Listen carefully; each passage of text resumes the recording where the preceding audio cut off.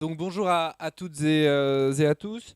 Donc vous avez fait le choix matinal de venir suivre une formation sur la nation de 1789 à nos jours. Bon, un sujet incroyablement vaste. On va essayer d'aller à l'essentiel pour qu'on ait le temps d'échanger à la suite et qu'on essaye de traiter, je ne dirais pas la globalité du sujet, mais en tout cas les angles qui vont nous intéresser, nous aujourd'hui, partisans de la révolution citoyenne, d'une refondation républicaine du pays par la constituante pour une sixième république. Donc c'est pour ça qu'on va regarder déjà évidemment le sujet par un angle historique et également par la perspective stratégique de la question de la nation pour la gauche historiquement et plus particulièrement pour nous.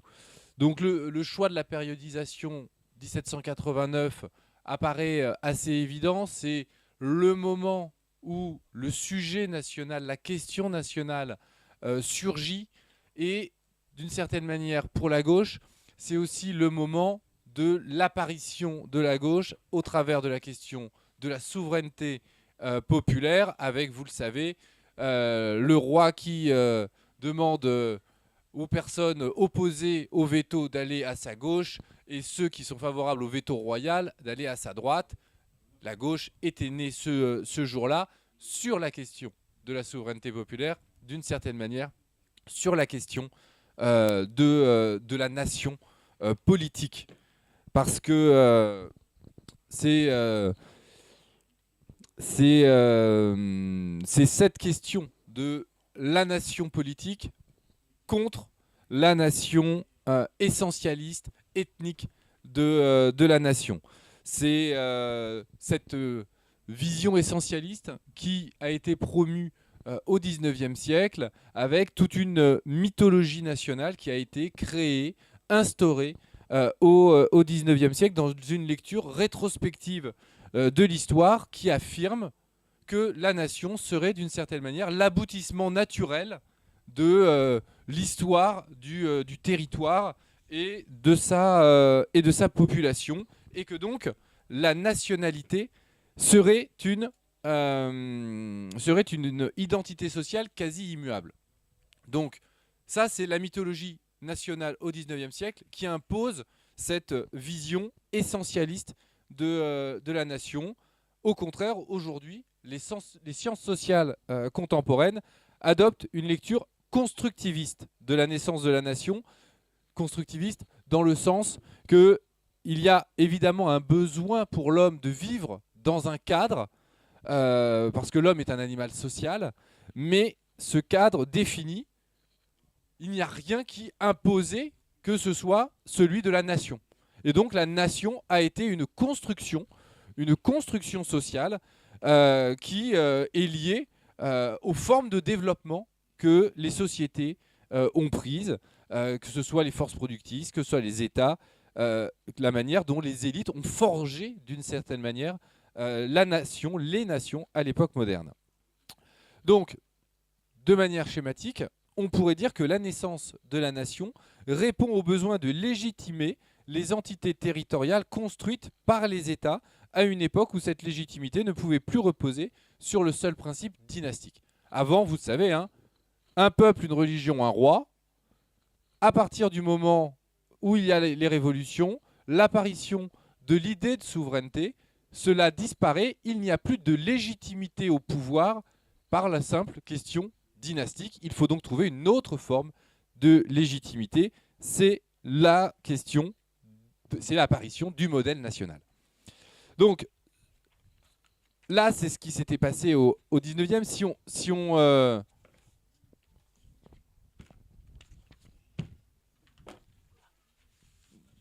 Alors, faisons en sorte que le vent ne nous empêche pas. Voilà.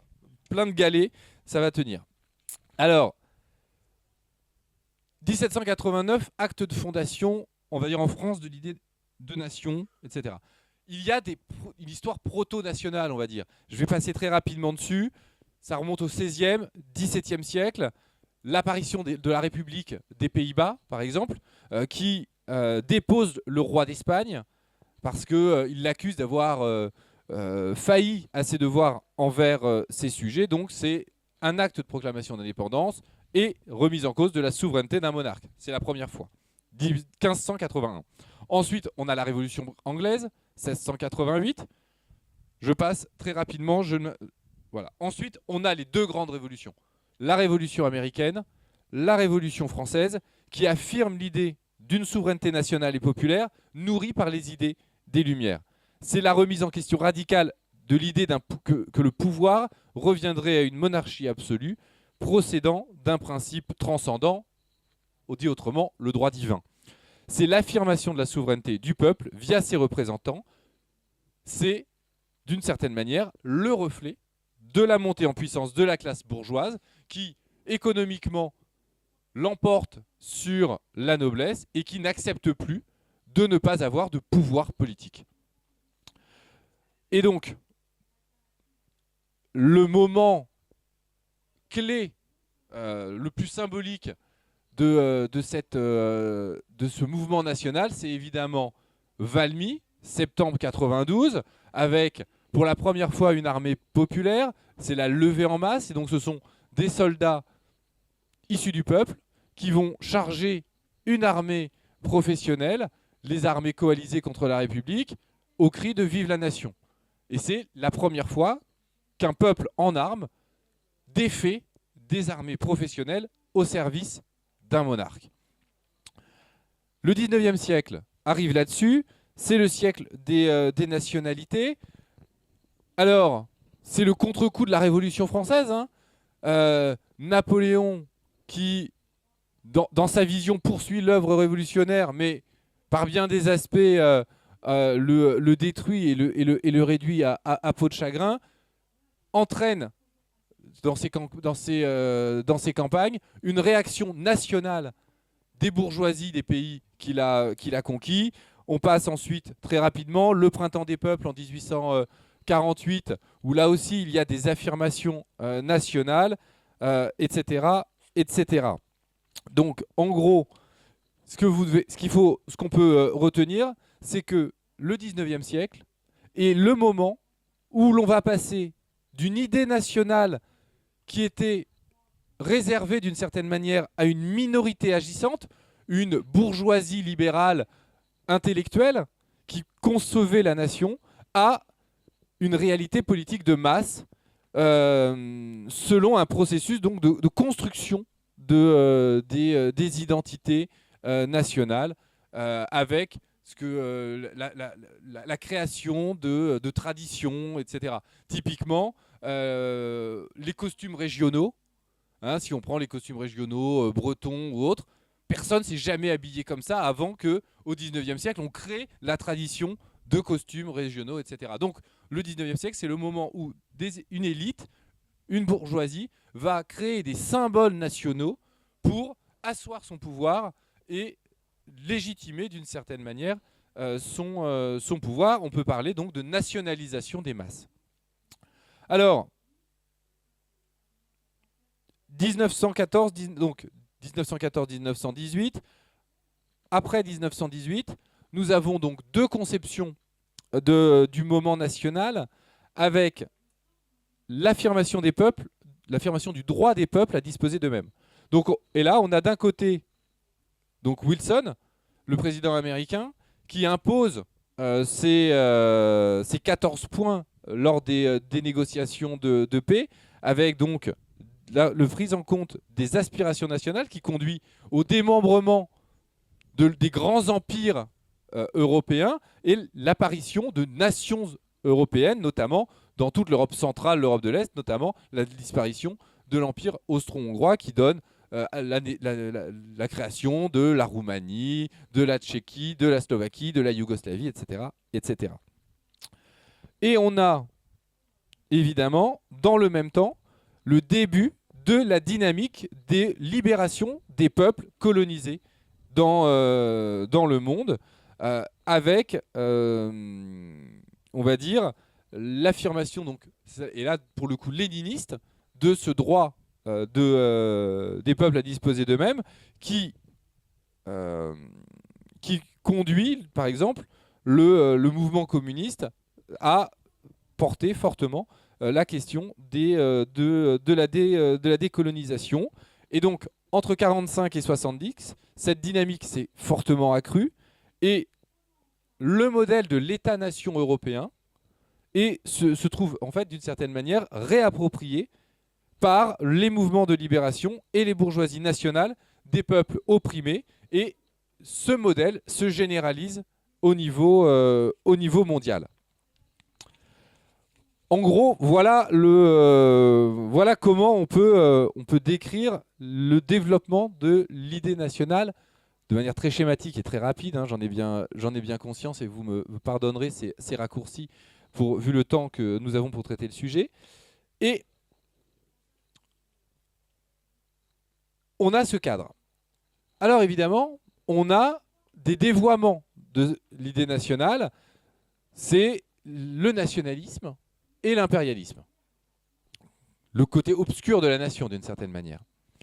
Alors, le nationalisme. Le nationalisme, au sens où on l'entend aujourd'hui, c'est une idée qui s'affirme en Occident à la fin du XIXe siècle et qui procède en fait d'un retournement de l'idée nationale à droite. Je vous avais dit que la gauche était née avec l'idée de nation et de souveraineté populaire. Eh bien, en fait, on a un retournement à droite. Tout simplement parce que si l'idée de nation et de souveraineté populaire a été pensée par une bourgeoisie que l'on pourrait qualifier de libérale de gauche au début, sa généralisation aux masses fait que tout le monde s'empare du concept de nation, y compris les personnes de droite, et donc avec une vision de droite qui est la nation et devient donc non plus quelque chose d'inclusif, mais quelque chose d'exclusif, tourné contre des personnes jugées ennemies de la nation ou inassimilables à celle-ci. L'archétype, c'est l'affaire Dreyfus en France, avec donc tout l'antisémitisme des anti-Dreyfusards qui fait qu'au nom de la nation, on va exclure des gens. Voilà. Et donc, ce retournement s'explique par la diffusion de masse, mais aussi c'est une logique c'est la réaction de certains groupes sociaux aux évolutions sociales qui procèdent du développement économique. Et donc, crise économique, grande migration de population à partir du milieu du 19e, croissance démographique, etc., etc. Et alors que la droite s'identifiait jusqu'alors à la défense de l'ancien régime, conservateur, élitaire, naît à la fin du 19e siècle une nouvelle droite qui prétend s'adresser aux masses et qui identifie la défense de l'ordre social à la défense de l'homogénéité de la nation et de tout ce qui menace cet ordre à une force antinationale. Donc vous voyez, on passe d'une droite qui s'adresse à une élite qui défend un modèle aristocratique à une droite qui prétend s'adresser à l'ensemble du peuple dans une vision totalement réactionnaire. Et le développement de ce nationalisme, un nationalisme étriqué, défensif, est renforcé par la concurrence et les affrontements croissants entre les nations. Il est donc étroitement corrélé à l'impérialisme. Et donc, le mot impérialisme, d'ailleurs, apparaît à la fin du 19e, au début du 20e siècle. Et il faut vraiment distinguer l'impérialisme contemporain de la forme politique de l'empire telle qu'elle a existé dans l'histoire depuis l'Antiquité. L'Empire romain n'a rien à voir avec l'impérialisme des nations occidentales, européennes, de la fin du 19e siècle. Alors,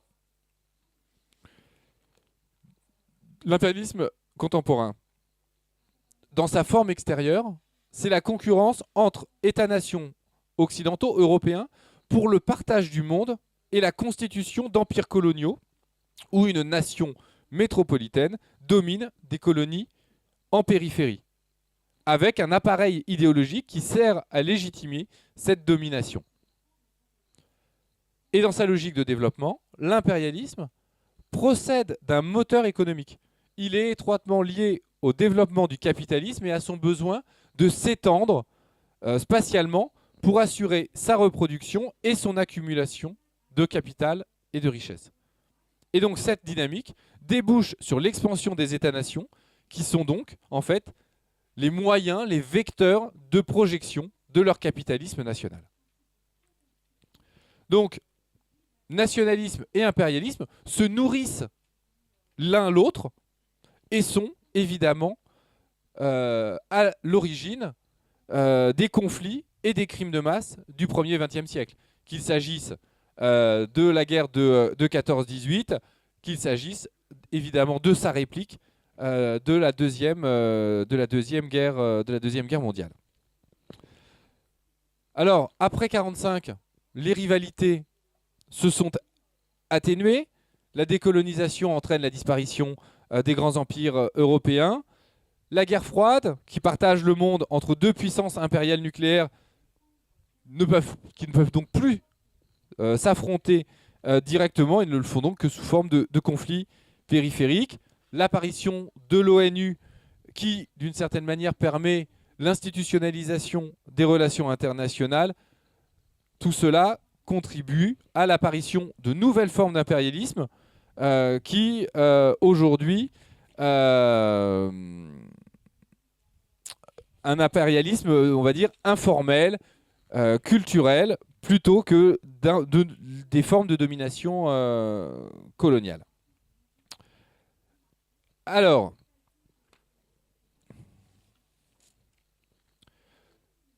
ces différentes approches ne sont pas mutuellement exclusives, parce que depuis 1989, c'est la fin de ce que les historiens appellent le court XXe siècle, qui débute avec l'apparition de l'URSS en 1917 et qui finit à sa chute. Eh bien, la fin de ce court XXe siècle est marquée par le début de la globalisation capitaliste que l'on connaît, et depuis ce moment-là, la place de la nation interroge. Il y a un reflux de l'idée de l'État-nation dans sa capacité à dominer et réguler les forces économiques. Donc,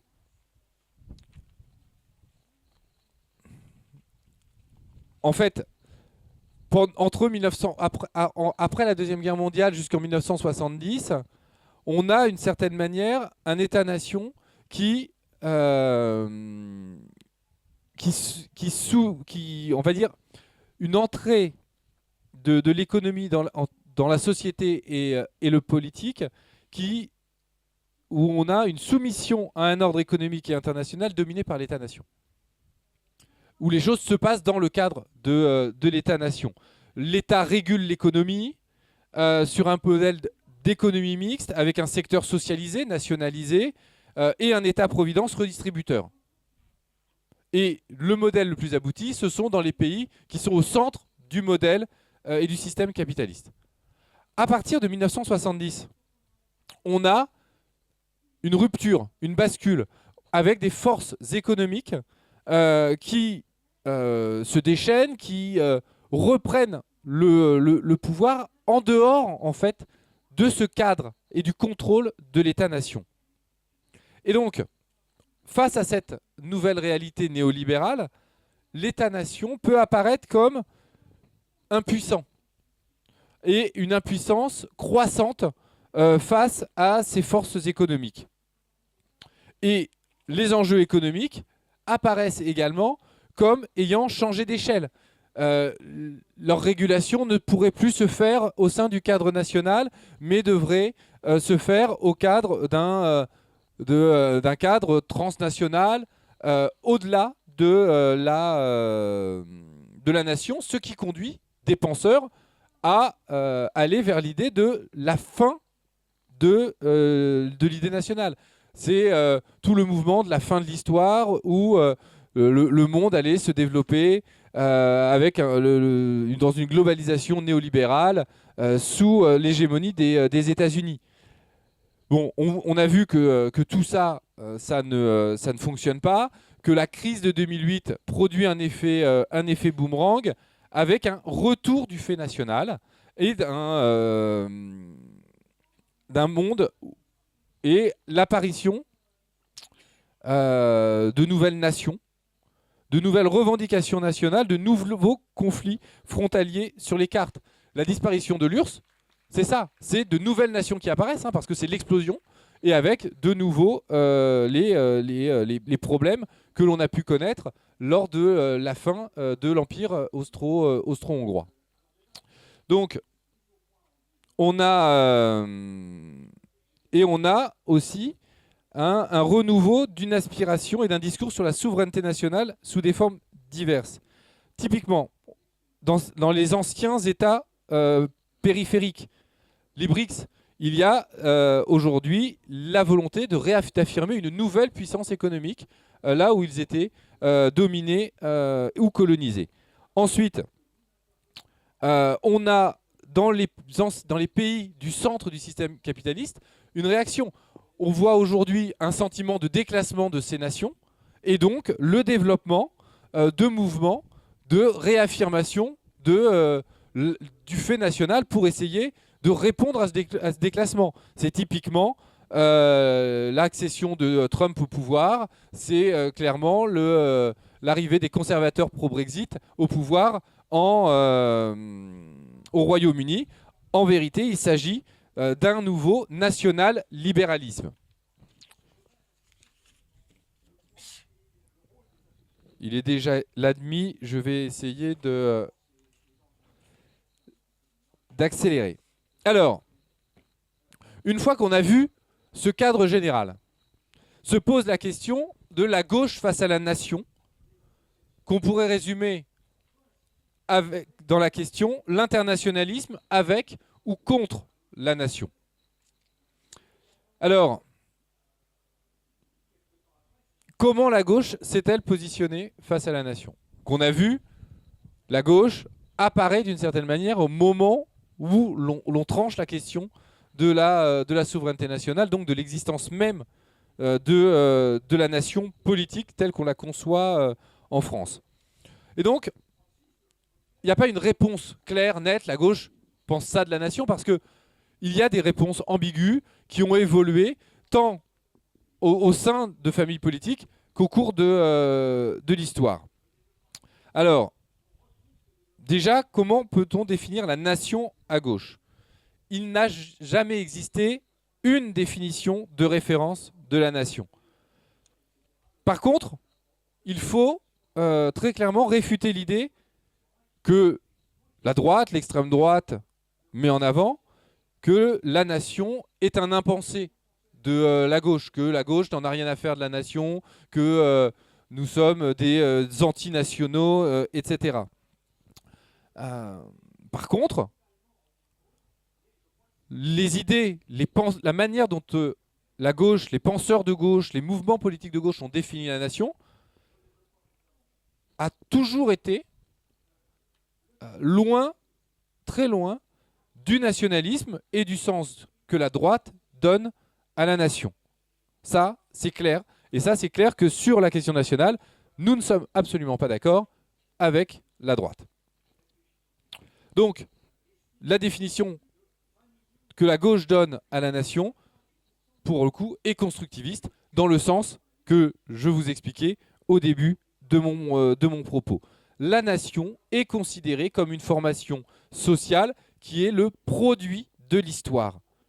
Il ne s'agit donc pas d'une vision essentialiste et immuable de la nation et du peuple national, contrairement à la mythologie nationaliste, romantique et de droite. Donc vraiment, il faut avoir ça en tête. La nation n'est pas une construction immuable. Si la nation n'est pas une construction immuable, le peuple qui est la nation n'est pas non plus immuable. Il peut évoluer et c'est donc une vision inclusive de la nation. Voilà, ça il faut vraiment le noter et l'avoir en tête. Donc c'est le produit de l'histoire, c'est le produit de l'histoire du développement des forces productives et de l'économie capitaliste. C'est le produit de la nécessité de l'homme de vivre en communauté et de la division matérielle des communautés humaines. Je vais vous le résumer peut-être. Je vais résumer la pensée de Jaurès dans l'Armée nouvelle. La patrie tient par ses racines au fond même de la vie humaine et, si l'on peut dire, à la physiologie de l'homme. Les individus humains ont toujours été capables de rapports plus étendus que les rapports de descendance et de consanguinité, qui sont la base plus ou moins large de la famille. Mais les conditions mêmes de la vie sur la planète ont rendu impossible jusqu'ici la formation d'une société unique. On est en 1911. La Terre a été longtemps plus grande que l'homme et elle a imposé à l'humanité la loi des dispersions. C'est par groupes multiples, séparés, défiants, souvent ennemis, que la race humaine a dû tout d'abord se constituer. Voilà. Pour Jaurès, il y a une obligation matérielle à l'apparition de groupes sociaux différents. C'était les cités à l'époque antique, ce sont les nations à l'époque contemporaine. Donc, produit de l'histoire du développement des forces productives, produit de la nécessité de l'homme de vivre en communauté, produit de la coexistence d'un groupe humain et du développement des échanges et d'une culture commune. Pour certains, pour beaucoup, la nation est l'ensemble des hommes liés par la communauté de destin en une communauté de caractère. Bref, la nation, définie par la gauche, est susceptible d'évoluer. Elle est conçue, perçue comme une réalité transitoire. Voilà, transitoire. Ce n'est pas immuable. La nation n'a pas toujours été comme cela. La nation ne sera pas toujours comme cela. Et cela, on le voit. Enfin, la manière dont Zemmour a mené sa campagne montre bien la manière dont la droite, l'extrême droite, pense la nation comme une chose immuable qui ne peut pas bouger. La polémique sur les prénoms, par exemple, en est, je dirais, l'archétype caricatural. Alors, voilà, ça, je l'ai dit. Et si la nation n'est pas immuable, le modèle national est susceptible lui-même d'être dépassé à l'avenir par des formations spatiales plus larges. Voilà. Les frontières ne sont pas un horizon indépassable.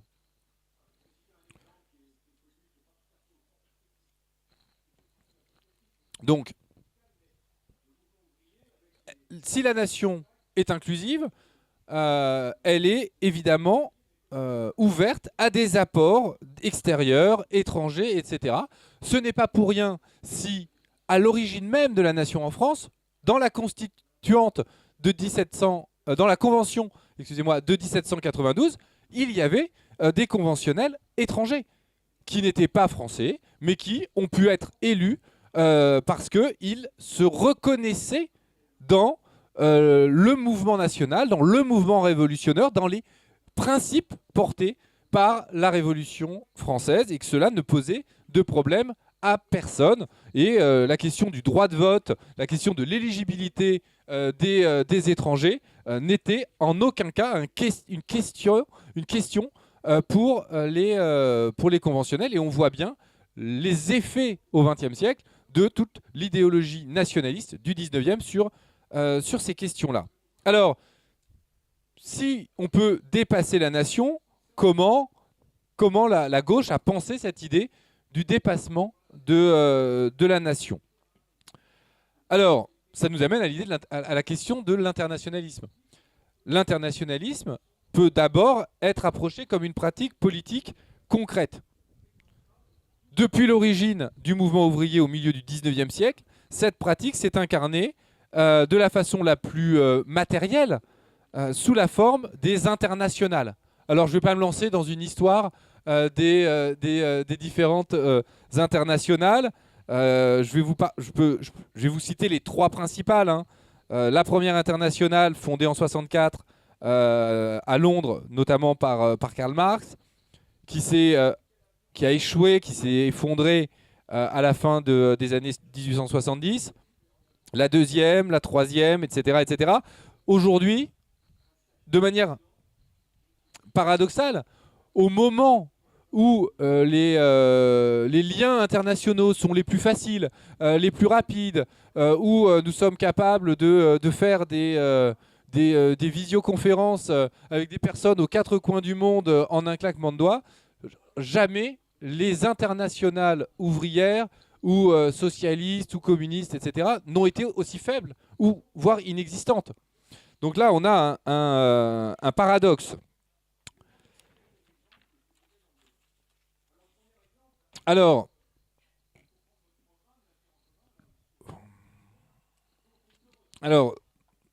certains, à différents moments de l'histoire du mouvement ouvrier, ont préconisé une forme d'internationalisme intransigeant, radical.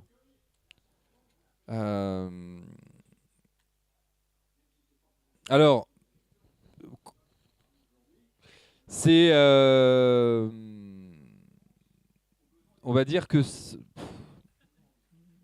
cette posture de cette forme d'internationalisme intransigeant, en gros, prône l'option intellectuelle et stratégique, non pas par la coopération entre les nations, mais un dépassement aussi immédiat que possible de la nation et le refus même de soutenir les revendications d'indépendance nationale. Typiquement, Rosa Luxembourg, avant 1914, qui refusait de soutenir le mouvement national polonais. Alors, c'est aussi... voilà, donc on a c'est aussi une option qui a été portée plus récemment dans les années 2000 comme une réponse à la globalisation capitaliste. C'est-à-dire que comme il y avait une globalisation capitaliste qui dépassait le cadre national, la solution n'était plus dans le cadre national également pour apporter des réponses sociales aux problèmes. Et tout cela a conduit à une certaine manière à une défiance à l'égard de la nation. Typiquement, la question des symboles nationaux. L'appropriation par la gauche du drapeau tricolore, de la Marseillaise ces dernières années, a posé question. Typiquement, lors de la campagne présidentielle de Ségolène Royal en 2007, la réapparition du drapeau tricolore, de la Marseillaise, etc., ont posé des questions. Sa proposition de les généraliser a aussi suscité des divisions à gauche. Pourtant, la nation, c'est quand même la figure de l'émancipation. Entre la fin du XVIIIe et le milieu du XIXe siècle, tout ce que l'on peut définir, on va dire rétrospectivement, comme la gauche de l'époque, s'identifie à la nation.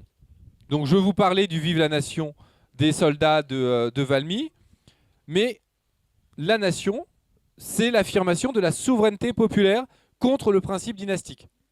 La nation, c'est l'affirmation d'un régime de liberté publique contre l'arbitraire monarchique. La nation, c'est l'affirmation de la liberté et de l'indépendance contre une domination extérieure. Et donc,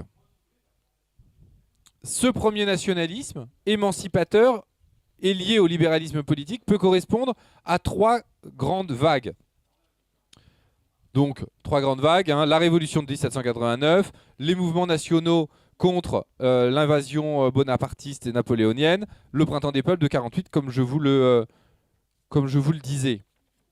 Par contre, arrêtons-nous sur 1848.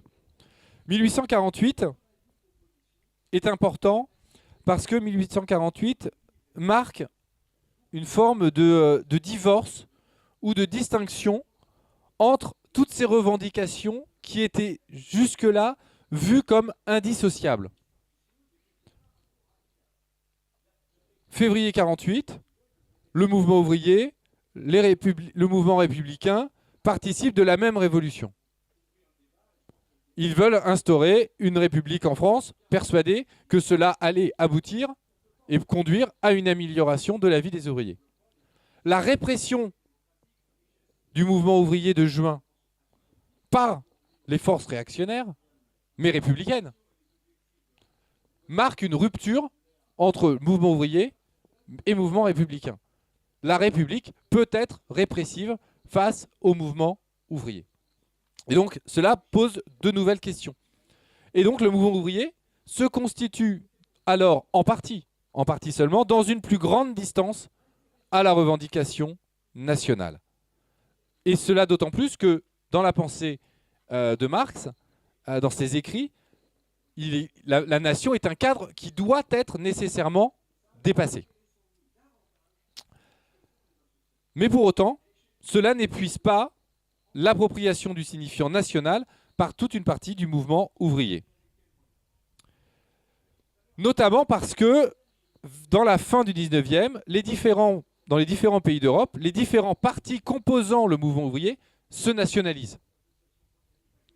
Sans abandonner la perspective internationale, mais leur action se fait dans un cadre national, notamment lorsqu'ils assurent des positions gouvernementales. Et donc tout cela, c'est un processus qui se fait par vagues successives. Fin 19e, début 20e siècle, les premières participations gouvernementales. Et c'est en France, notamment avec Jaurès, que ce mouvement se fait, le lien entre idée nationale et socialisme se fait le plus grâce à l'héritage de la Grande Révolution. Parce que l'idée sociale et le socialisme en France s'inscrivent dans l'héritage de la Grande Révolution de 1789. C'est toute la théorie de la République sociale que porte Jaurès et sur laquelle je ne m'attarde pas. 1914 renforce le caractère national des partis de gauche, vu qu'ils participent pour la plupart à l'union sacrée de défense de la nation. À partir des années 1930, c'est la nationalisation des mouvements communistes qui va se perdurer et qui va se multiplier. En Italie, à partir de 1945, avec la théorisation d'une voie italienne du socialisme, avec l'eurocommunisme en France, en Espagne, à partir des années 70. Et cette nationalisation a été théorisée de différentes manières au fil de l'histoire. Donc, évidemment, on l'a vu avec Jaurès, qui inscrit le socialisme dans la continuité des luttes émancipatrices du peuple, donc tout au long de l'histoire de France, particulièrement de la Révolution française et de la fondation de la République. Et il constate que le socialisme doit agir dans un cadre national, sous peine d'être trop abstrait.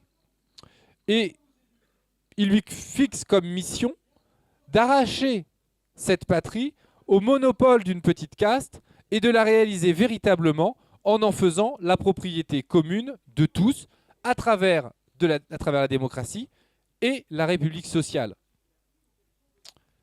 Il est donc pacifiste, internationaliste et universaliste, au sens où le socialisme doit non pas abolir et uniformiser les différentes patries, mais permettre leur indépendance et leur coexistence amicale et harmonieuse.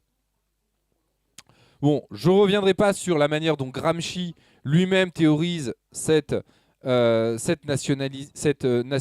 de nationalisation, mais l'idée, c'est que ce qu'on peut retenir, c'est que ces différentes figures de pensée ont des traits communs qui dessinent un patriotisme de gauche à l'opposé du nationalisme.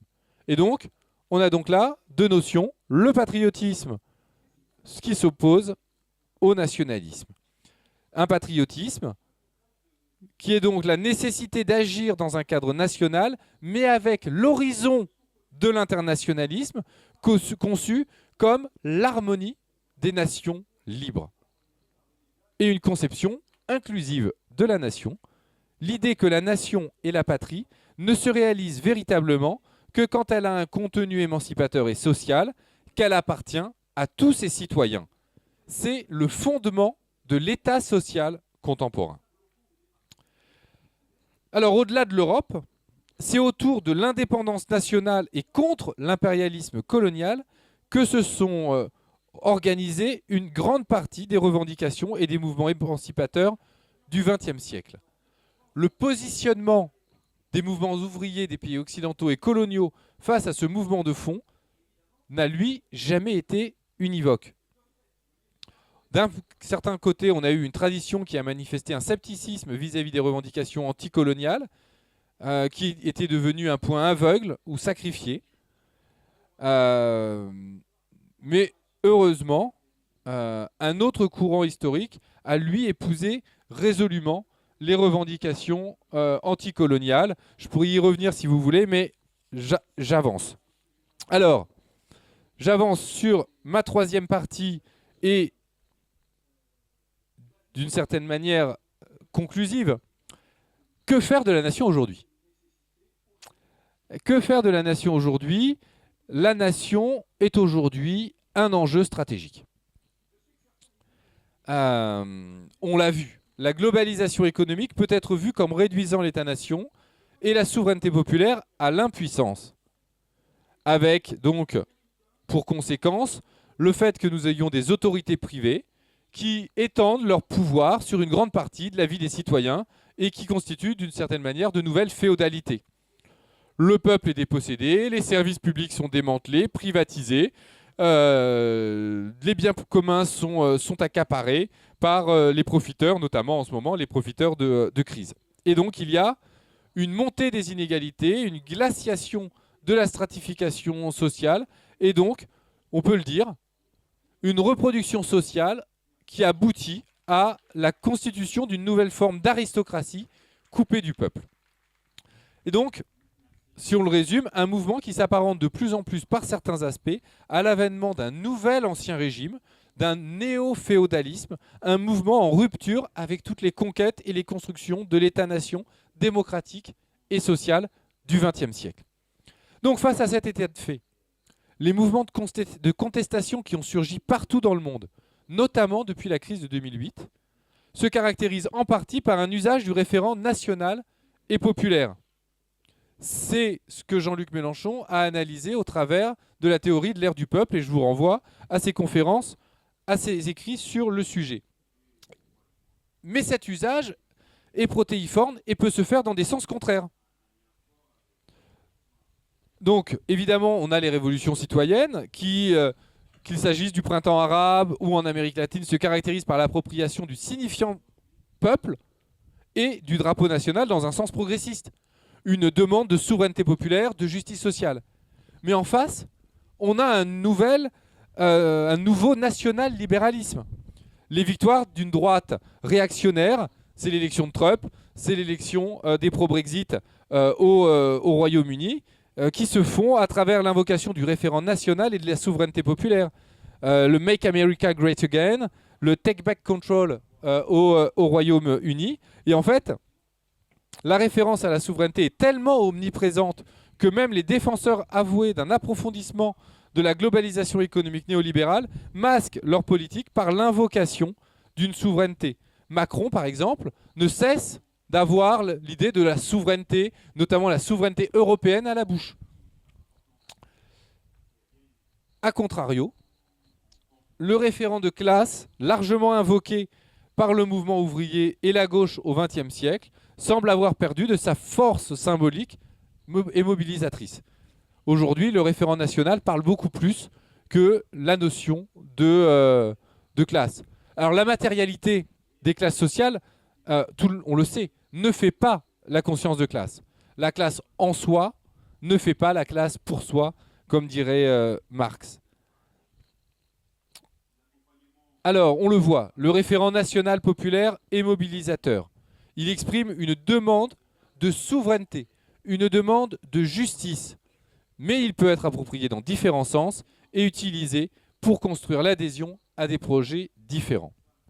Alors, c'est pour ça que nous ne pouvons pas abandonner à la droite et à l'extrême droite le référent national et populaire, parce que cela aboutit à la résurgence des nationalismes et des impérialismes. Alors le nationalisme, c'est la conception exclusive et ethnique de la nation. Et donc cela conduit, ce sentiment de perte de souveraineté et de remise en cause de l'État social est détourné en hostilité aux flux migratoires et aux minorités. On le voit clairement avec ce que fait aujourd'hui le Rassemblement national et plus largement les Républicains et même le mouvement macroniste. C'est la forme, d'une certaine manière, moderne du nationalisme.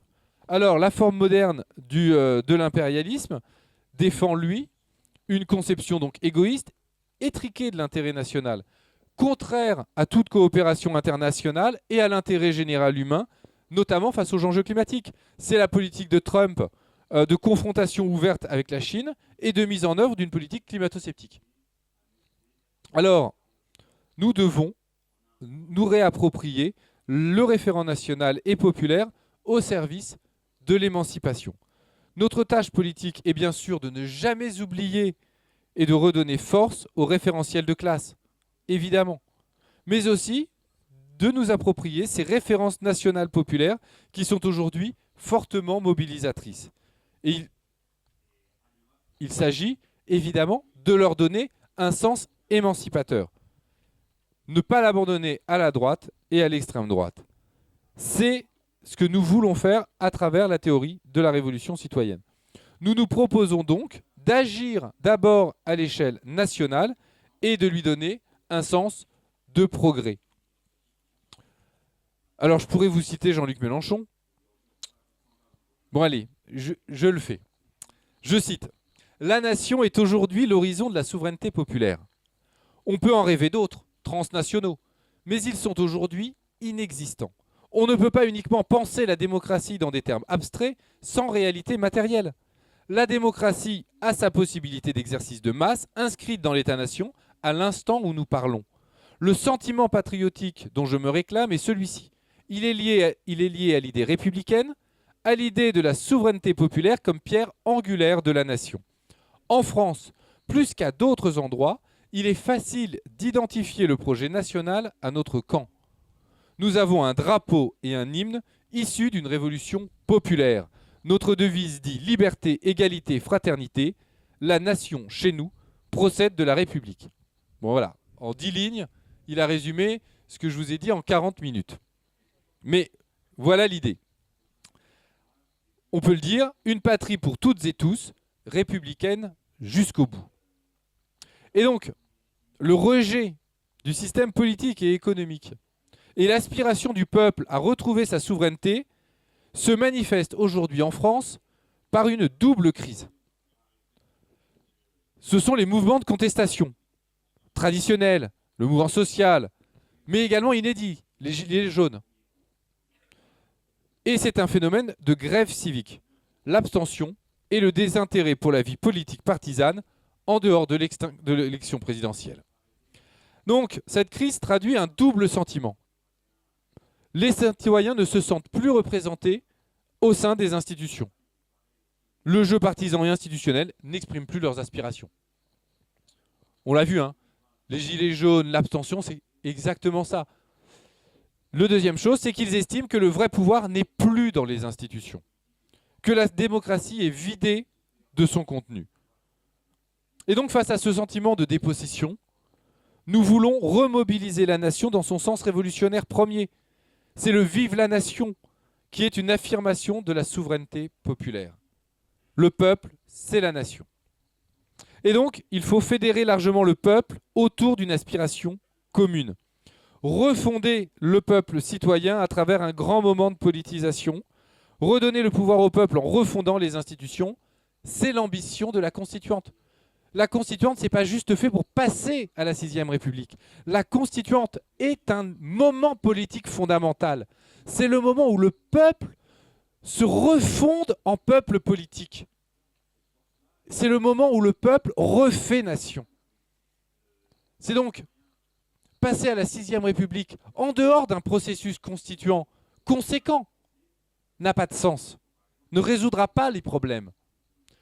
Et un processus constituant conséquent, ce n'est pas une constituante qu'on élit, qu'on laisse travailler et 2 ans plus tard, on va voter pour ou contre lors d'un référendum. C'est un processus constituant où les va-et-vient entre le haut et le bas est constant, où il y a des conseils constituants, des assemblées constituantes locales permanentes qui discutent de ce que fait la constituante. Donc, la constituante n'est pas un à côté de la résolution des problèmes. Alors oui, il faut la 6e République, mais la 6e République sans la constituante, ça ne fonctionnera pas. Ça ne fonctionnera pas. Alors, j'ai bientôt fini, je vous rassure. Alors, cette vision de la nation que l'on porte, cette nation qui se reconstitue dans le cadre de l'Assemblée constituante, c'est parce que nous avons une vision de la nation qui s'inscrit dans cette idée constructiviste et ouverte, inclusive de la nation, qui est une construction historique. C'est ce que Jean-Luc Mélenchon explique en reprenant le concept de créolisation. La société française d'aujourd'hui n'a rien à voir avec la société française de 1958 qui a mis en place la 5e République. Et le fait que notre société n'ait rien à voir avec celle de 58 explique en partie pourquoi nous ne nous reconnaissons plus dans les institutions de 58. C'est parce que notre nation a évolué. C'est parce que le peuple qui constitue cette nation a évolué que nous devons faire évoluer les institutions qui sont l'expression de la nation.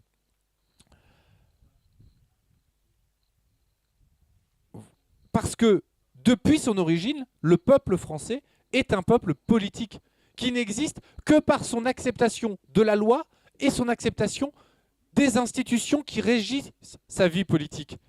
Nous n'avons pas une conception ethnique du peuple, comme nos amis allemands. Nous, en France, nous avons une conception politique. Le peuple existe par ses institutions. Les institutions et l'acceptation de ces institutions constitue le peuple. Alors, cette patrie, c'est ce que nous avons en commun. C'est notre propriété commune. Et pour nous, cette patrie n'existe et n'a de sens que si elle permet l'égalité entre les citoyens et la défense de l'intérêt général. Être patriote, d'une certaine manière, c'est être collectiviste. Donc, revendication de l'égalité, remise en cause des privilèges, nous nous inscrivons pleinement dans l'héritage républicain, révolutionnaire de 1789. L'égalité, la prise de la Bastille, c'est l'égalité contre l'arbitraire de la monarchie. La fin du privilège, c'est évidemment la nuit du 4 août. On pourrait rajouter la fraternité, c'est la déclaration des droits de l'homme. Alors, cette idée de patrie a dès lors une force mobilisatrice, émancipatrice et révolutionnaire. Car la réalisation de l'égalité et la défense de l'intérêt général suppose que l'État retrouve un rôle de régulateur dans le cadre d'une république éco-socialiste. Donc, le patriotisme implique de soumettre l'ensemble des puissances économiques à l'intérêt général. Et évidemment, et je conclurai là-dessus, nous devons nous interroger sur la question de l'internationalisme. Nous croyons à la nation. Mais évidemment, comme nous ne défendons pas une conception étroite, exclusive et égoïste de la nation, notre conception de l'intérêt national, de la même manière, n'est pas étroite, n'est pas exclusif et n'est pas égoïste. Nous croyons à un intérêt général humain. Et la crise climatique démontre l'existence de cet intérêt général humain. Je pourrais dire que la globalisation néolibérale démontre également cet intérêt général humain, mais la crise climatique, pour le coup, est vraiment encore plus marquant. Et là, pour le coup, personne ne peut nier qu'il y a un intérêt général humain. Alors, nous sommes réalistes. Aujourd'hui, le levier pour agir sur cet intérêt général humain demeure dans les nations, parce que ce sont dans les nations qu'il y a un cadre de souveraineté qui existe. Au niveau européen, par exemple, il n'y a pas de souveraineté européenne. Il n'y a pas un peuple européen. Il n'y a pas... Donc, ces formes transnationales aujourd'hui qui existent sont plutôt les lieux d'expression des intérêts économiques oligarchiques. Et donc, face à cela, il est nécessaire de prendre les nations comme point d'appui pour agir et construire donc une coopération entre ces nations et entre les peuples. Et c'est là où le national s'articule avec l'international. Et nous nous retrouvons pleinement donc, dans la pensée de Jaurès. Et donc, n'étant pas nationaliste, nous ne faisons pas de l'indépendance et de la souveraineté nationale une fin en soi qui serait nécessairement bonne. Elles peuvent très bien servir de mauvaise fin, quand on le voit en Pologne. S'affranchir des règles européennes pour en finir avec le droit des femmes, pour en finir avec le droit à l'avortement, pour en finir avec les libertés publiques, ce n'est pas quelque chose d'acceptable. Donc, là, nous ne défendons l'indépendance et la souveraineté nationale que là où elles sont nécessaires, évidemment, dans le cadre d'un progrès humain évident. Alors, l'indépendance nationale de la France, elle est nécessaire. C'est aujourd'hui la condition indispensable pour relancer son action internationale. C'est sortir du cadre de domination états-unien qui nous lie à des intérêts, etc. Je pourrais développer s'il y a des questions là-dessus, mais je vais passer vite. L'indépendance est nécessaire partout où elle permet des avancées et un mieux-disant social, écologique, démocratique. Et il s'agit évidemment également de servir d'exemple, de lancer des coopérations internationales, de travailler avec les nations qui veulent travailler avec nous pour avancer des coopérations internationales sur les questions climatiques, sur les questions sociales, etc. etc. Là, je coupe à la serpe pour tenir le temps. Bref, notre objectif, c'est on le dit, hein, de retravailler avec l'ONU, de rendre son rôle à l'ONU, de développer les institutions internationales pour mettre en place des règles communes, sociales, écologiques, qui permettraient d'avancer ensemble. Et pour conclure, je vous ferai une dernière citation de Jaurès. Toujours l'Armée nouvelle, parce que c'est vraiment dans l'Armée nouvelle que ces éléments sont le mieux décrits. Je cite : « Arracher les patries aux maquignons de la patrie, aux castes de militarisme et aux bandes de finance, permettre à toutes les nations le développement indéfini de la démocratie et de la paix, ce n'est pas seulement servir l'international et le prolétariat universel, par qui l'humanité à peine ébauchée se réalisera, c'est servir la patrie elle-même. International et patrie sont désormais liés. C'est dans l'international que l'indépendance des nations a sa plus haute garantie. C'est dans les nations indépendantes que l'international a ses organes les plus puissants et les plus nobles.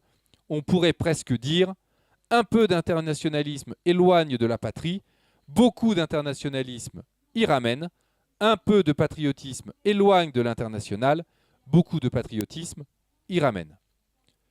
Je vous remercie et je propose que nous passions aux questions.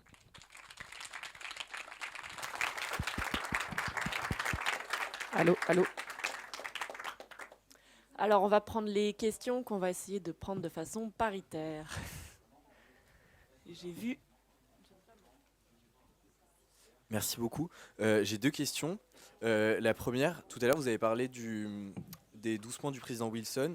Et je voulais savoir si, de l'autre côté, quand Lénine a fait son discours en arrivant à Pétrograd sur les tâches pour les prolétaires dans la Révolution, est-ce qu'il y a eu une réponse, entre guillemets, nationaliste à ça de l'autre côté, entre guillemets, ou par exemple en France ou en Europe ou aux États-Unis, en tout cas une réponse plutôt nationale à ça, parce que ça avait quand même une caractéristique internationale.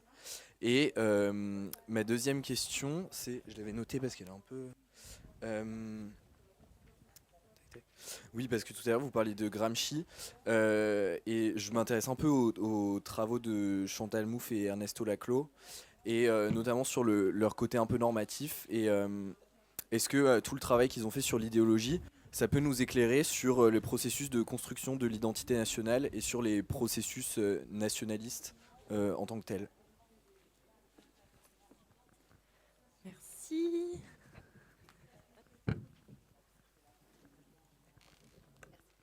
Bonjour. Alors, moi, j'ai une question de terrain.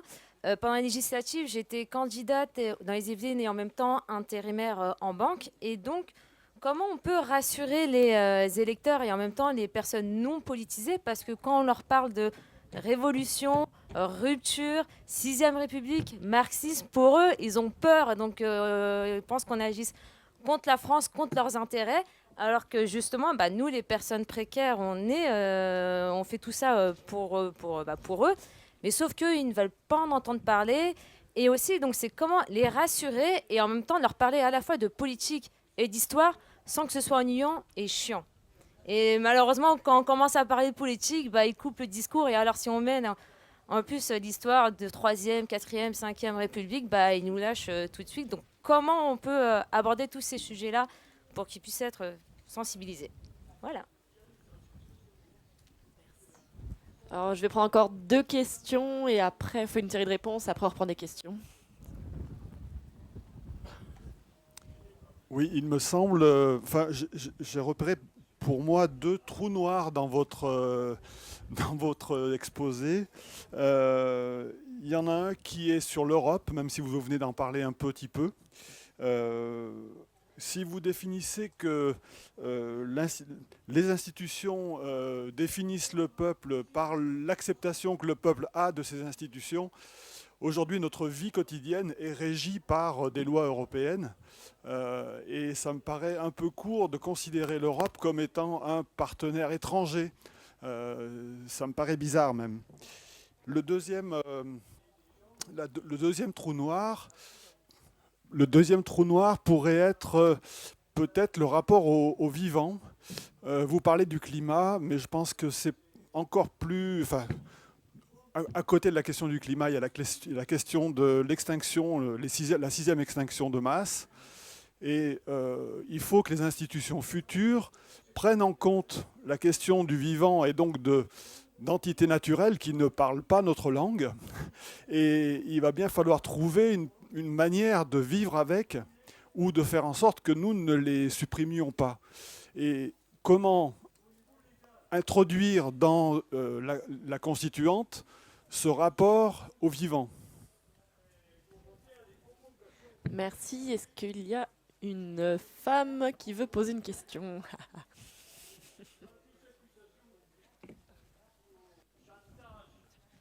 Merci. Bonjour. Vous disiez que le peuple, dans la conception française, ce n'était pas une conception ethnique, mais une conception, que le peuple il est fondé par ses institutions et par l'acceptation de ses institutions.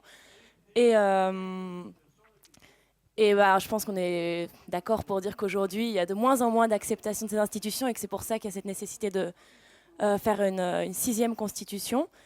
Et c'est vrai que moi, de ce que je vois, des gens que je connais, je vois plutôt des gens qui, au lieu de dire j'ai pas envie d'être que français, j'ai envie de me tourner vers l'international, je vois plutôt des gens qui se tournent vers le niveau plus local, et parce que ils ont l'impression d'avoir jamais accepté ces institutions-là.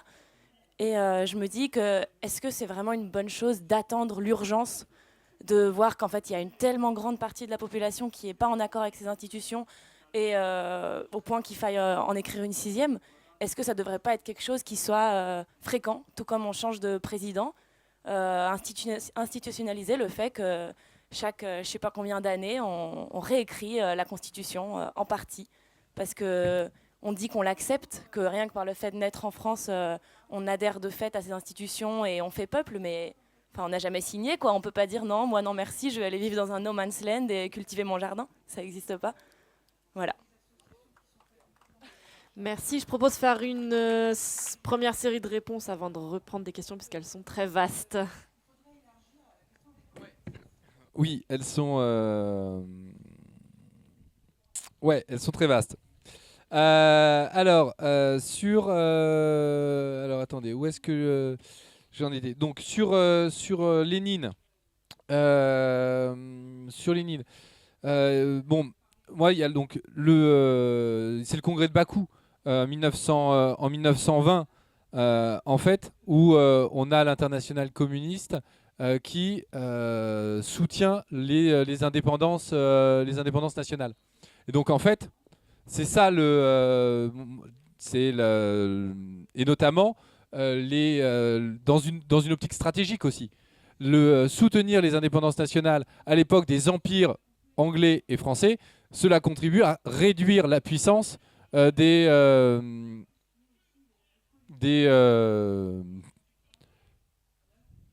réduire je sais plus ce que je disais, à réduire la puissance des nations capitalistes européennes. Donc ça serait ça ma réponse sur Gramsci.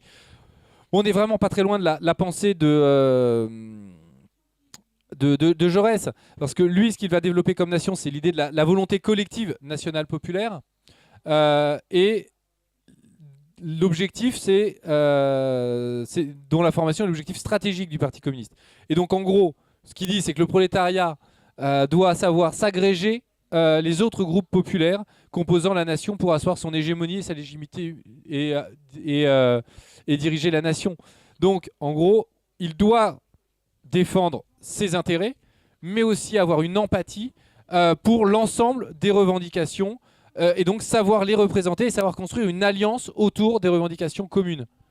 Et donc, Gramsci, lui aussi, s'inspire de ce que les Jacobins ont fait pendant la Révolution française, où en gros, c'est la petite bourgeoisie urbaine qui se met à la tête d'une alliance de classe avec les artisans, le peuple des villes et des campagnes autour de revendications sociales à même de rassembler, en gros, la lutte contre l'Ancien Régime et les monarchies européennes. Donc, mais franchement, entre Gramsci et Jaurès, on est vraiment très très proche sur cela. Ensuite, sur comment convaincre les quartiers populaires, etc. Alors, je vois plus la personne, mais c'était... Ouais, je vois, là-bas au fond. Je vois les mains qui se lèvent. C'est une bataille idéologique qu'on doit mener. On doit reconquérir l'hégémonie culturelle là-dessus.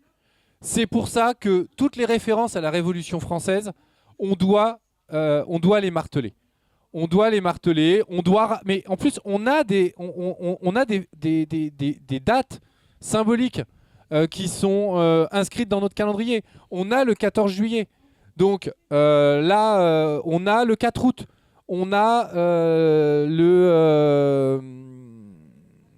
on est le 27 aujourd'hui, c'est ça, 26, 20, donc 26-27. On a la Déclaration des droits de l'homme et du citoyen. Le 21 septembre, on a la Fondation de la République. Nous devons marteler ces dates, nous devons marteler les références révolutionnaires.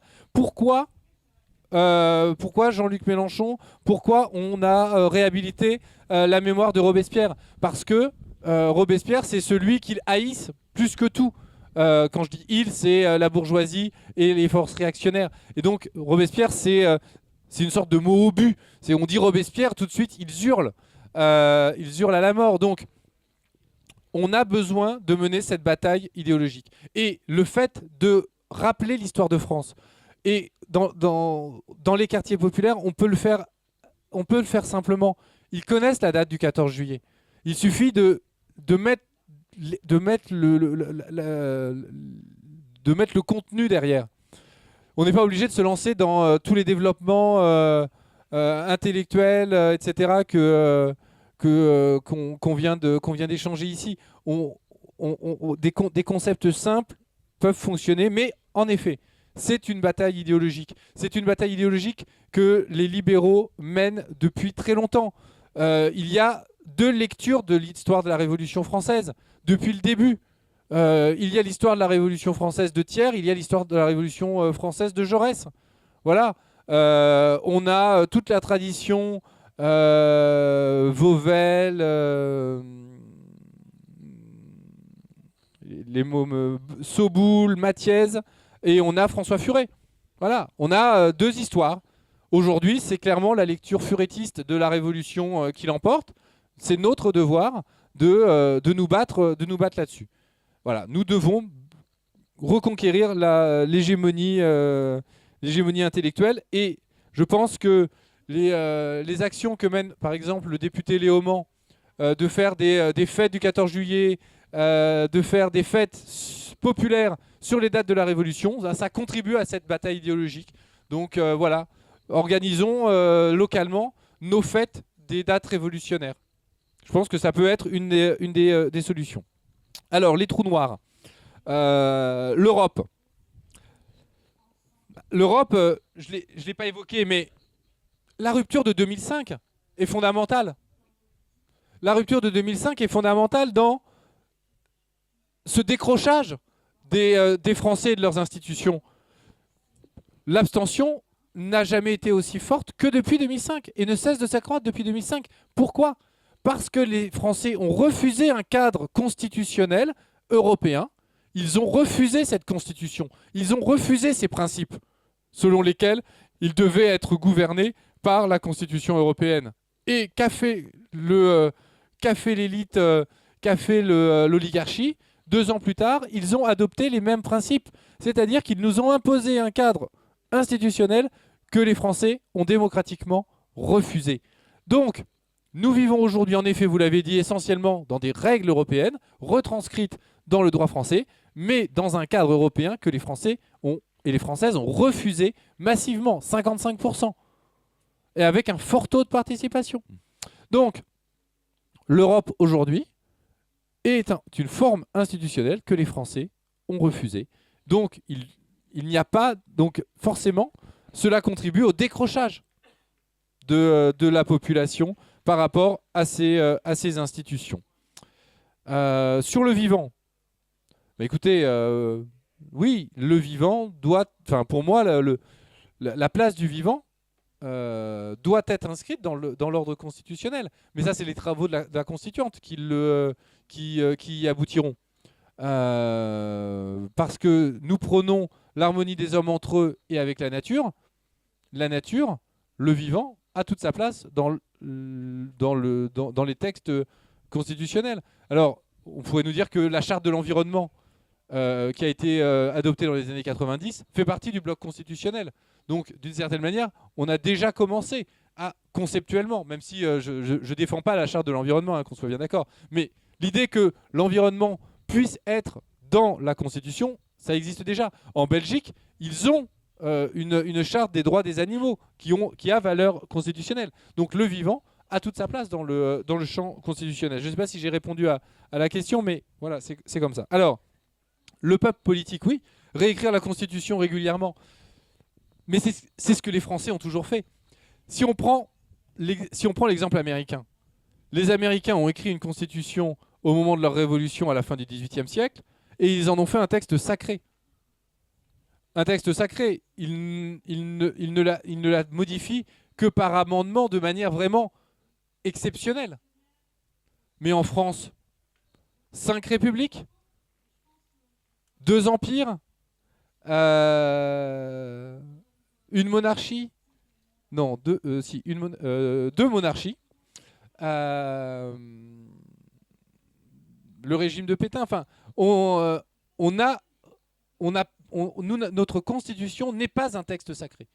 C'est-à-dire que nous sommes un peuple qui est capable de changer sa constitution en fonction des réalités sociales du moment.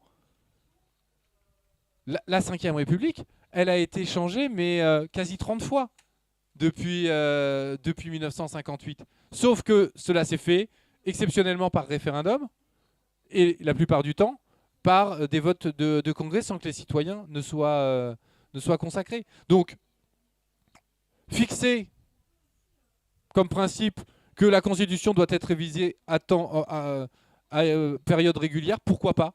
Pourquoi pas ? Je pense que ça devrait être un des débats de la Constituante, en effet. Je pense que ce n'est pas une...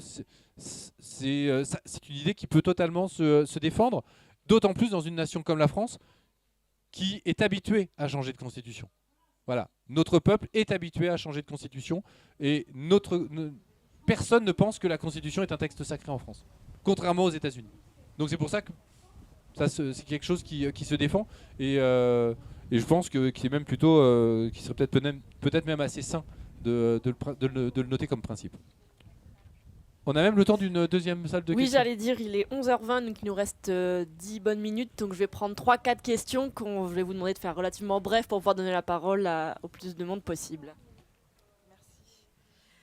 Je voulais revenir sur ce que vous venez juste de dire à l'instant. C'est moi.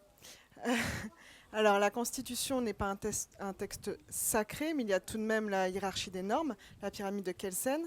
La Constitution est une norme suprême en France, puisqu'elle est au-dessus. Alors oui, il y a encore au-dessus, il y a tout, enfin, en dehors de tout ça, il y a tout ce qui est international, etc. Mais il y a tout de même cette hiérarchie des normes. Moi, je crains un petit peu que si on dit, à telle date, je sais pas, la Constitution va être révisée tous les 5-10 ans, ou peu importe, ça crée une certaine instabilité en réalité politique et que ça peut avoir des effets pas forcément souhaitables.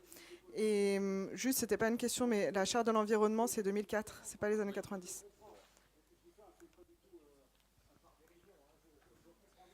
Bonjour. Donc, moi, j'ai bien écouté et je me suis posé une question. Est-ce que les multinationales nous ont pas précédés? C'est-à-dire, est-ce qu'ils n'ont pas institué une culture du fric, une culture de la prédation à outrance qui sert leur bonheur immédiat et à quelques-uns? Et en fait, ils ont fait exploser les frontières et en provoquant, ils ont créé l'international du business, quoi. Donc la question est, maintenant que le fric et leurs règles, on parlait des règles européennes, hein, les règles financières et les règles de l'argent, elles sont dans toutes les têtes. On crée le manque par la baisse du pouvoir d'achat. Comment nous, on peut effectivement changer le paradigme, c'est-à-dire mettre dans la tête des gens autre chose que le fric comme priorité, pour qu'on les ramène dans un autre récit. Voilà.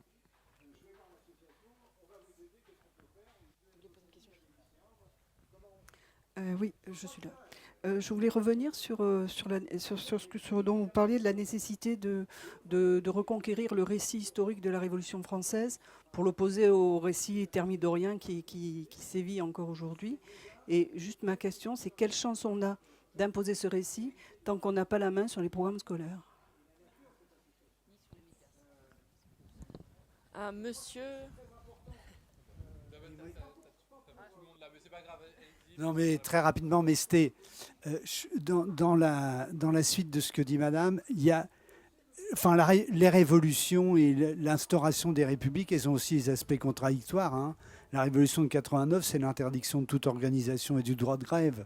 De la même manière, la Troisième République qui fabrique toutes les références, toutes les références auxquelles on se colle aujourd'hui, c'est celle qui fabrique un empire colonial dans lequel les colonisés n'ont aucun droit, avec une théorisation du fait qu'ils n'ont aucun droit parce qu'ils sont inférieurs. Et ça a des effets aujourd'hui dans la perception du racisme. Donc voilà, les républiques et les révolutions, il y a aussi l'aspect contradictoire au sein même des choses. Alors j'ai vu une dame là-bas, non? Bon, on va poser la parole au jeune homme et après je propose de faire des réponses. Vous parliez de l'ONU et que ce serait un moyen pour redonner un peu de... Enfin, comment redonner du pouvoir à l'ONU, en fait. Voilà. Merci. Il y avait le monsieur là-bas, ça fait longtemps qu'il lève la main. Une petite dernière. Chercher une dame éventuellement. C'est allumé. Merci. J'ai pris des notes. J'ai une mémoire de poisson rouge, excusez-moi. Alors, 3 questions courtes. Tirage au sort dans la Constitution. Deuxième question, ne faut-il pas dès à présent l'écrire du fait que on a perdu l'élection, donc maintenant on a peut-être le temps de l'écrire avant la prochaine. Troisième question, en 1955, il y a eu la conférence de Bandung sur la décolonisation qui a marqué les esprits. dans le monde. Et est-ce qu'il ne faut pas faire une conférence des non-alignés sur la démondialisation? Alors, Bon, il me faudrait 1 heure là. Bon, sur la hiérarchie des normes, moi j'ai pas grand chose à, j'ai pas grand chose à redire. Hein. Moi je me suis sur la hiérarchie des normes, moi j'ai pas grand chose à redire. Hein. Je suis d'accord avec vous sur ce que vous avez décrit, sur l'instabilité. Voilà, moi enfin, laissons à la constituante la réflexion sur une réécriture automatique régulière de la Constitution. Je dirais que, sur la dernière question, écrire la Constitution aujourd'hui reviendrait à faire le travail de la constituante et donc à partir de ce moment-là, supprimerait tout l'intérêt de la constituante en tant que refondation du peuple. Que nous ayons des propositions, nous, en tant que France Insoumise, en tant que NUP, apportées dans la constituante, évidemment, que l'on arrive avec un projet de constitution tout ficelé, ça tue l'intérêt. Alors, ça en fait déjà 2. Sur les multinationales du business, c'est l'enjeu de la bataille, idéologique. Comme sur le récit historique de la Révolution, nous n'avons pas la main sur les programmes. Oui, les programmes historiques sont réactionnaires. Oui, la production médiatique sur la Révolution française est réactionnaire. Mais nous avons des intellectuels qui écrivent des livres sur la Révolution française qui sont toujours dans la tradition Mathiès, Soboul, Vauvel. Donc cette vision de la Révolution existe et c'est à nous de la porter. Et comment mieux le porter que au quotidien dans notre action militante. Je n'ai pas de meilleure réponse à cela. Nous portons un programme qui est en rupture avec le fric comme unique horizon. Nous avons rassemblé 8 millions de voix là-dessus. Nous avons gagné le premier tour des élections législatives sur ce programme. Nous avons réussi à rassembler l'ensemble des forces du bloc populaire derrière ce programme de rupture. C'est la première fois dans l'histoire de ce pays. Ni en 1936, ni en 1981, cela n'a été fait. Donc voilà, nous avons été le plus loin que jamais notre famille politique n'a été dans l'histoire du pays. Donc continuons. Voilà. République et révolution, aspect contradictoire. Bien sûr, parce que en 1793, la contre-révolution l'a emporté avec Thermidor et la loi que vous évoquez, la loi Le Chapelier, date de 95. Donc en effet, c'est Thermidor et ce n'est pas la. Oui, 91. Mais ce que je veux dire, c'est que c'est avant. Ce n'était pas encore la République. 91. Et surtout, il y a un rapport de force à mener tout le temps. C'est d'ailleurs ça le principe de la République. C'est que ça permet le principe démocratique et le principe du rapport de force. Je pourrais faire un long développement sur le colonialisme de la Troisième République. Je rappellerai juste une chose, un fait souvent ignoré. L'Assemblée nationale n'a eu à se prononcer que 2 fois dans toute l'histoire de la Troisième République sur le fait colonial. 2 votes. 2 votes qui ont eu lieu en 1885. 2 votes qui n'ont été emportés que d'une infime majorité. Et cette infime majorité n'a existé que parce que des élections venaient d'avoir lieu et des postes n'étaient pas pourvus, des postes qui avaient été remportés par des élus anticoloniaux.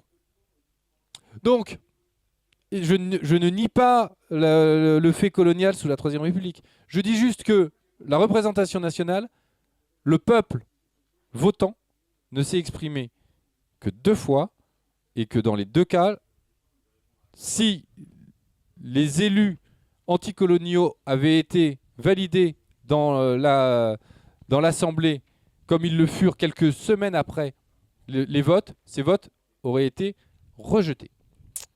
Sur l'ONU, c'est un travail quotidien. C'est le fait de se battre pour que des traités internationaux revoient le jour. Aujourd'hui, il y a des domaines sur lesquels il n'y a pas de droit international. Je pense au numérique, je pense à l'espace. Le seul traité qui porte sur l'espace date de 67. Il est totalement dépassé aujourd'hui. Et aujourd'hui, quelle est l'action diplomatique de la France pour porter des traités internationaux là-dessus? Quelle est l'action de la France pour soutenir l'action de l'ONU? Il y a zéro travail international de la France pour porter des traités sur ces questions-là. Donc la première manière de soutenir l'ONU, c'est que la France, en tant que puissance, membre du Conseil de sécurité de l'ONU, dont la voix est écoutée, la voix est attendue et attendue par de nombreuses nations, porte une voix forte de volonté d'avancer sur ces traités. La France est une nation européenne, est une nation nucléaire. Pourquoi la France n'avance pas comme membre observateur du TIAN, du traité d'interdiction des armes nucléaires? La France peut avoir une action diplomatique de force aujourd'hui. La France, la seule action diplomatique qu'elle a, c'est vendre ses consulats, vendre ses ambassades pour faire de l'argent et combler le déficit public. Alors, cela m'amène sur la conférence de Bandung. Travaillons à des coopérations. Travaillons avec des coopérations avec des nations non alignées. La France n'est pas une nation occidentale parce que la France a des intérêts dans l'ensemble des océans de la planète. Nous pouvons travailler avec l'ensemble des nations du monde. Donc oui, ayons des coopérations et des travaux alternatifs. Enfin, le tirage au sort dans la constituante, évidemment. Le tirage au sort dans la 6e République, laissons la constituante en discuter. Je vous propose il est 31, je propose qu'à moins que ce soit un drame personnel pour quelqu'un de ne pas poser sa question, je propose qu'on en arrête là. Je vous remercie encore.